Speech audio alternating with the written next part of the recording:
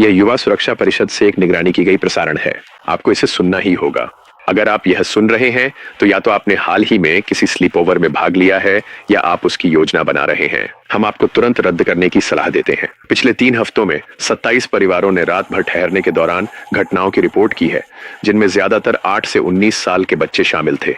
सभी घटनाएं एक जैसी शुरू होती हैं। एक सामान्य रात, पिज्जा, खेल, कंबल के नीचे, फुसफुसाहटें, फिर अचानक कमरा ठंडा हो जाता है।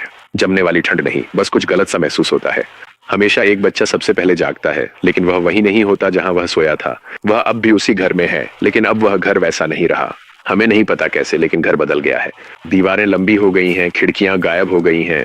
बाकी सब लोग सो रहे हैं, लेकिन उनकी सांसें बहुत धीमी हैं, जैसे उन्हें बंद कर दिया गया हो। ये कोई अभ्यास नहीं है, ये कोई मजाक नहीं है। अगर आपके साथ ऐसा हो तो किसी को मत जगाइए, उनका नाम मत लीजिए और बाहर जाने की कोशिश बिल्कुल मत कीजिए। अब बाहर कुछ भी नहीं बचा है। हमें लगता है कि कुछ चीजें स्लीप ओवर को प्रवेश बिंदु के रूप में इस्तेमाल करती हैं।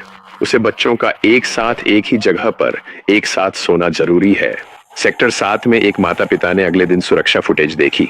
उसने देखा कि उसका बेटा रात 3:11 बजे उठकर कमरे के बीच में गया और सीधे सीसीटीवी कैमरे की ओर देखा। वह जागा हुआ नहीं था, लेकिन उसके अंदर कुछ जाग रहा था। अगर आपको किसी अनजान जगह रात रुकने का निमंत्रण मिले तो बस मना कर दीजिए।